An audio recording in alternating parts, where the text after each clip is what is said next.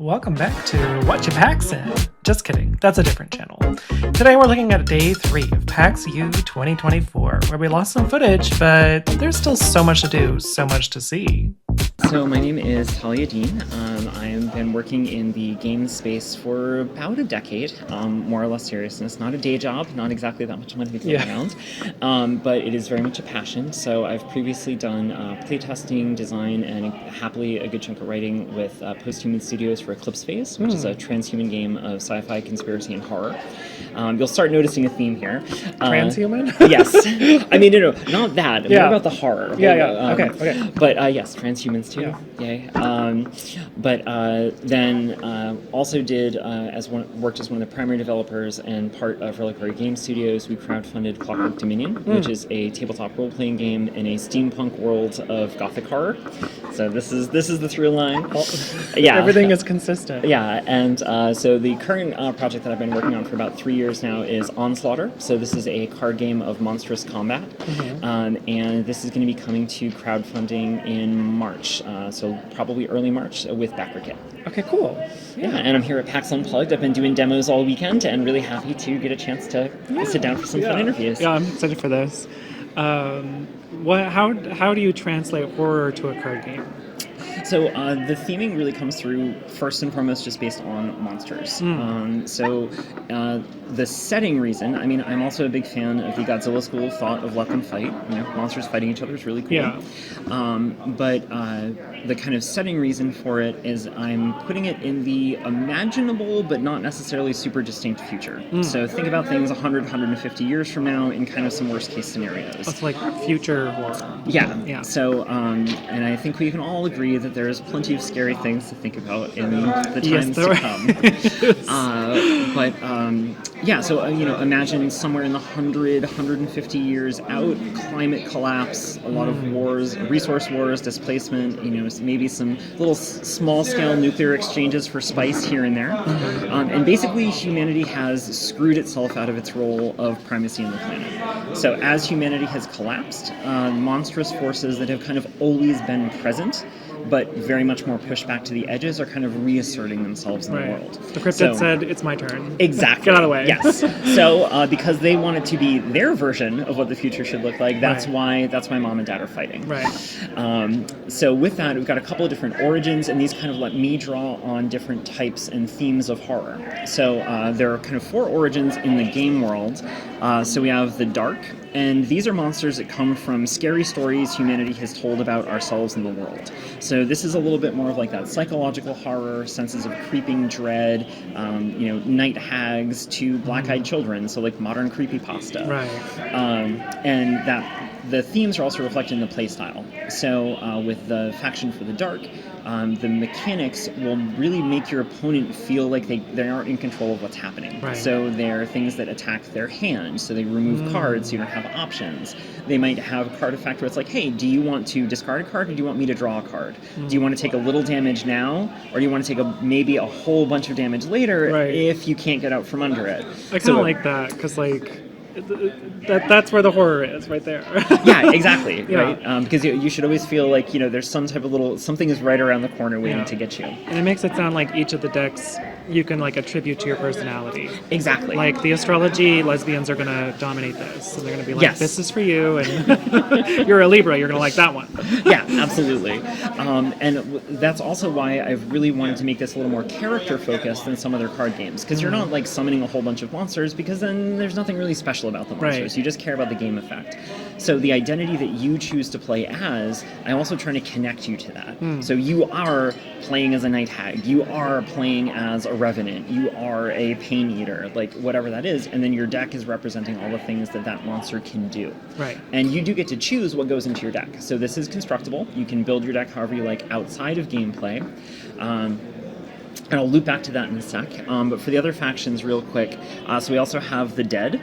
So, that's kind of, think your classic revenants and risen corpses and ghosts and things like that. Things that should be dead but aren't. So their mechanical themes really lean towards resiliency. They tend to have strong defenses, and it's also, they're just damn hard to get rid of. So when you wound them and cards come out of their deck, they have a lot of ways that they can just be like, oh no, that's coming back to my hand. Oh no, that's on my discard pile now. You didn't really get rid of it. You just temporarily inconvenienced me. Didn't think it'd be that easy, did you? Exactly. So they're really there if you want to have like a little more like grinding type of playstyle, right? It's like, you're never going to knock me down. I'm just going to keep coming for you. Right.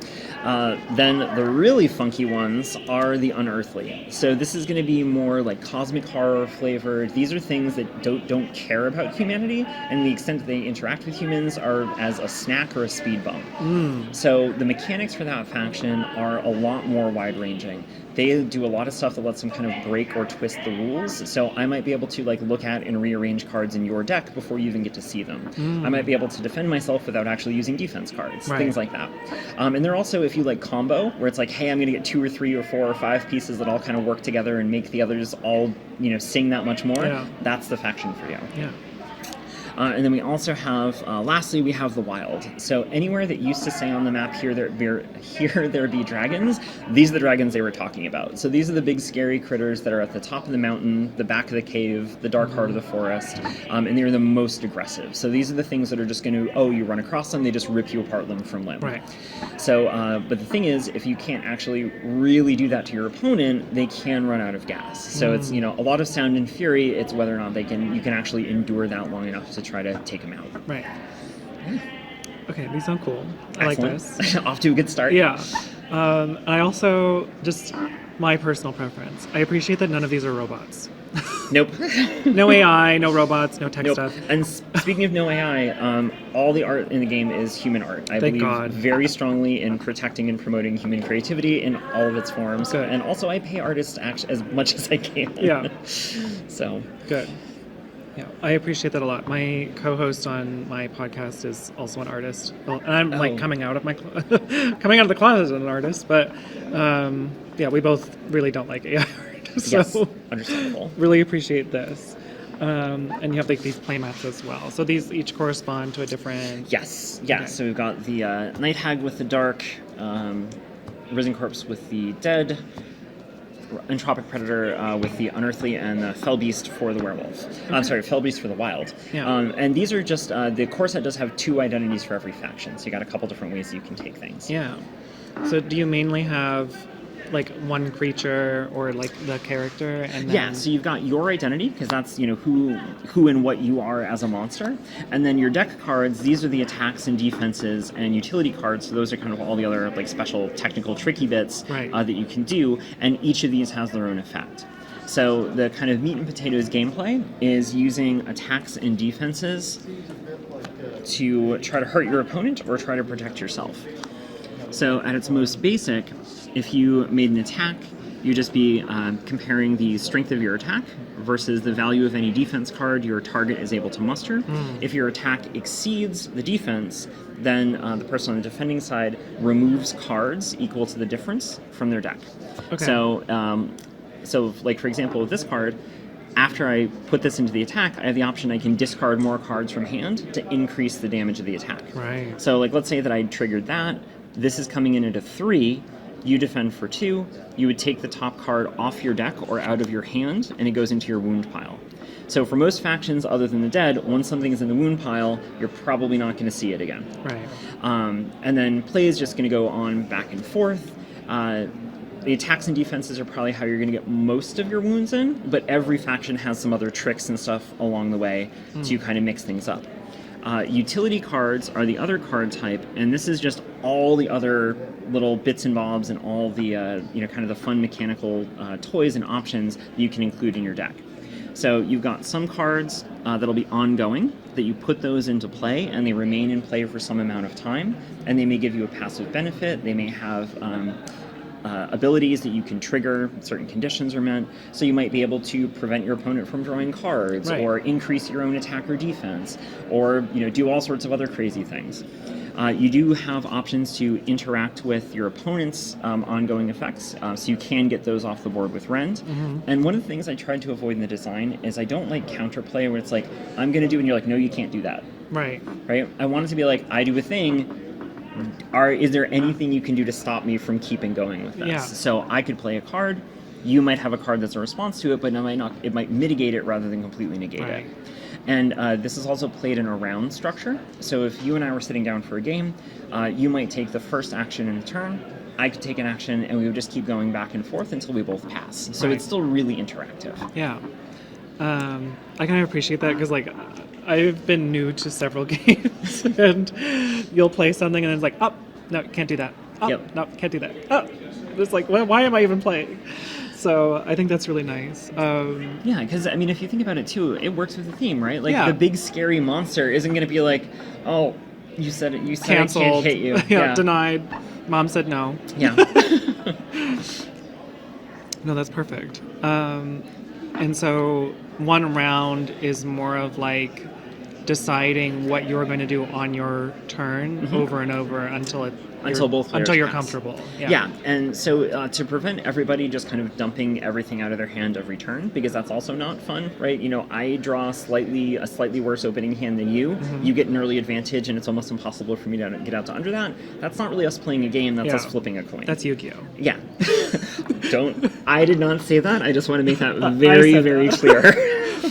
Everyone can enjoy any game that they like. If you enjoy losing in one turn, then yes. Yeah, I'll put it this way: there's never been a first turn loss in OnSlaughter. Good. It is not mechanically possible. Good. Yeah. Because even with the combo cards, it's not like, oh, I find these 3 cards, I win the game. It's like, oh, I find 3 cards, these make some of my other cards more efficient. Right. Right. So, yeah. The other way that that's managed is every attack and some utility cards do have an energy cost, and each round you only get 1 energy to spend. And there are some card effects that may let you grab a second energy point. There are things that you can still do in response, so you might have reactions or interrupts to things that are happening in the game. Yeah. But that way you can't just be like, oh, I drew 5 attacks, I attack you 5 times.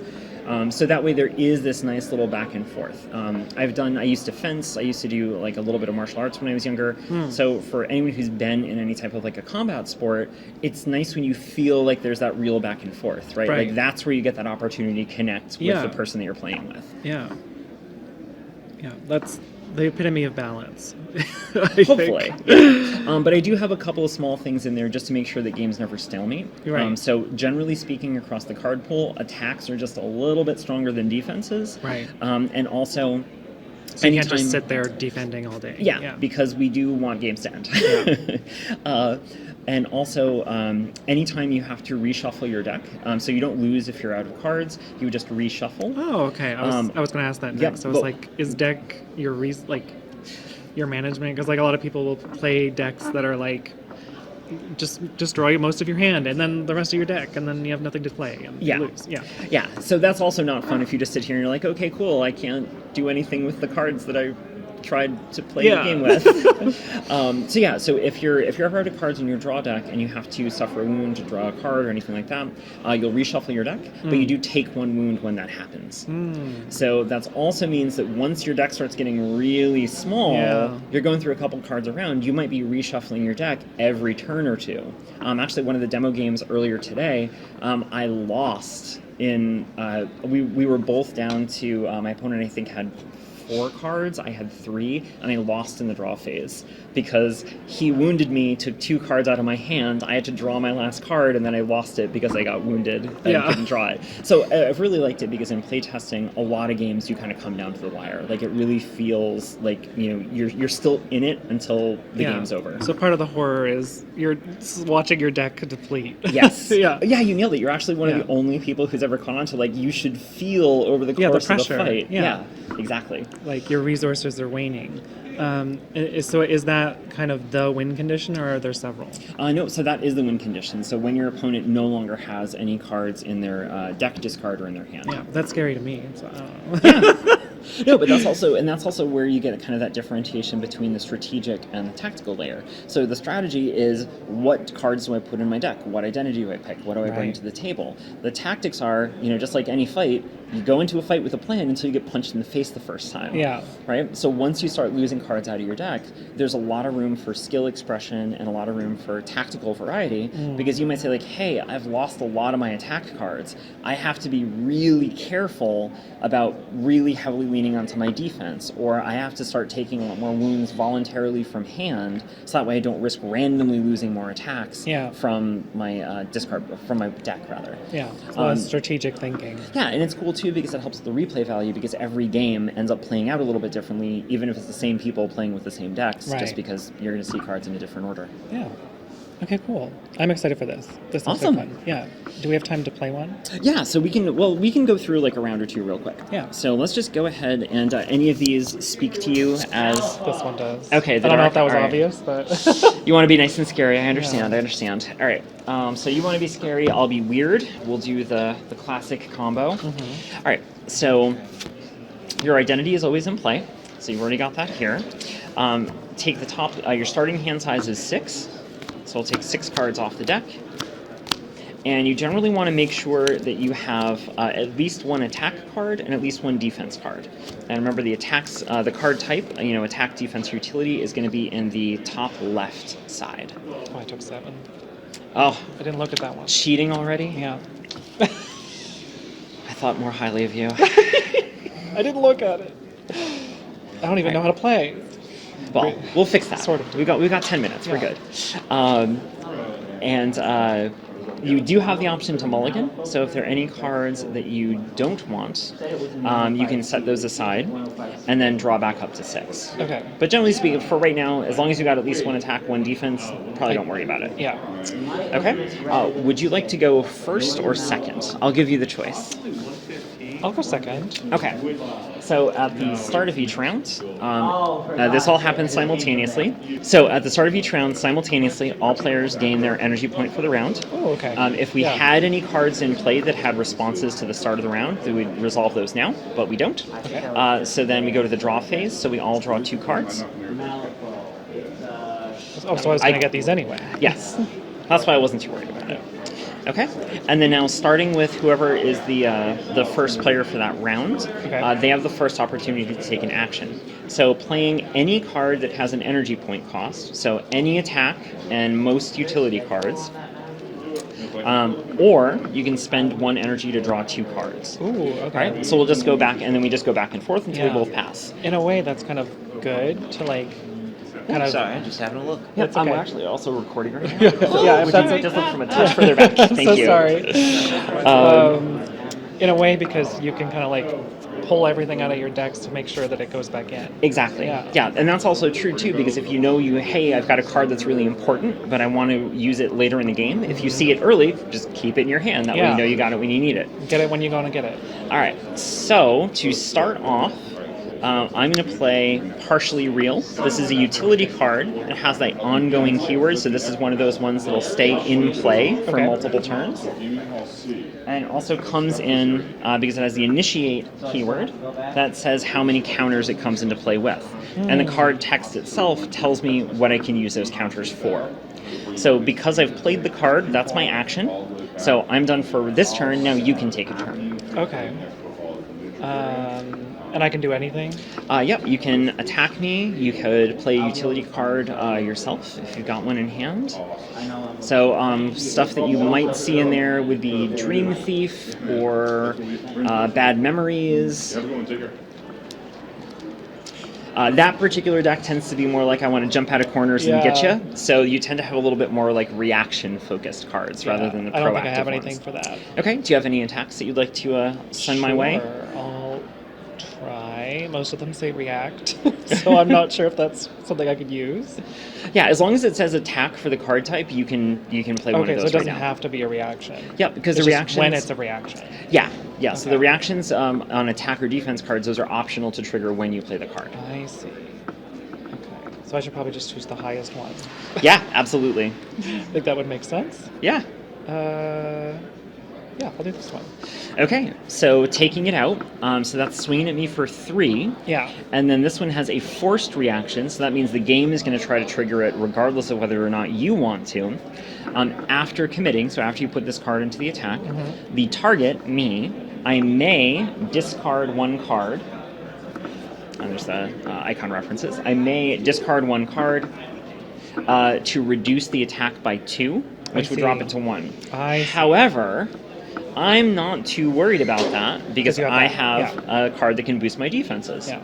So now, because you're attacking me, I have the chance to put 1 card in as a defense card. So I'm going to use Foresight, which has a defense value of 3, but this one also has a reaction.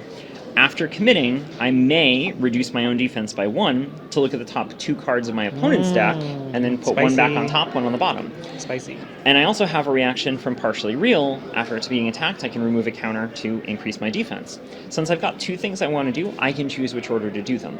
And also, like, if you had cards in your hand that specifically said, reaction after a target commits a defense card, then you would also be able to do that. And again, just like for our turn structure, you and I would go back and forth with those activations. Right. So in this case, I'm going to be tricky. So I'm going to use Partially Real to increase it to 4. And then I'm also going to trigger Foresight, so I'm going to reduce it by 1, so it's back down to 3. I'm still keeping myself safe, but now I get to be tricky. Look at your cards. When these run out, or does it replenish? Yep, so this one will actually get discarded when I don't have any counters. Cool. So that doesn't go in wounds, it's gone. Yep, it just goes to your discard pile, so it will eventually get reshuffled. Oh, okay. All right, so I'm going to put that one on top, and that one down on the bottom. I don't even know what they are. Exactly, but I do. But you do. All right. So then we compare. So you're attacking for 3. I'm defending for 3. So no damage. Yeah. And now this just goes to our discard pile. Yeah. We just... Yeah. So attack is resolved. That finishes your action. And now it's back to me. So now I'm going to go ahead and attack you because that was very rude. Oh! I'm just doing what I'm supposed to do. So I'm going to spend my energy, and I'm going to swing at you with Power from Pain. So I'm going to go attack for 2, and as a reaction, if you take any wounds, I would actually be able to add a counter back onto one of my cards. So now you start seeing more of this little combo-wombo going on. Feeding into it. Yeah. It's only if I take damage that happens. Yes. Okay, so I could just do that. Yep, so 2 to 2, no other tricks, so no damage. And the first couple of rounds of the game, you usually, we both have a lot of cards in our hand. It's pretty easy to respond, just like in the start of a fight. Hey, we're fresh, we're ready to go. Yeah. But as we get going, 2, 3, 4 rounds in, we might only have 2 or 3 cards in our hand. We've got more stuff that we've kind of developed our board. Yeah. Got it. You'll still get to draw at the beginning of the turn, too. Oh, okay. But the thing is that, 1 attack, 1 defense, that's already your 2, so if you're doing anything beyond that, your hand starts going down. Right. And again, that's part of the tactical play, like how do you manage your hand size, et cetera, et cetera. Yeah. So and then we would just keep going back and forth. So like, let's say that if you don't have anything else to do, you could pass, I would pass, we'd end the round, then we'd go back, start of the round. You would now be the first player, get our energy, draw our cards, and keep on swinging. Yeah. Yeah, that sounds like a lot of fun. And you said the Kickstarter or... going on Backer Kit. Backer Kit starts in March, April? In March, yeah. March. And do you have an idea on price point per deck? Or playmat as well? So the price point, I am currently going through a round of new quotes, but more to come on that. But yeah, you can check it out if you just search for Backer Kit and OnSlaughter, and also give you the link. So if you want to share that with anybody, you can sign up to receive updates. And we're really going to be waiting until after the holidays. But once we get into January, February, we'll start seeing a lot more info about what's coming on and more details on the campaign. Yeah, sounds good. Awesome. Thank you so much for talking with me. Yeah, thank you so much. It's been an absolute pleasure. Yeah.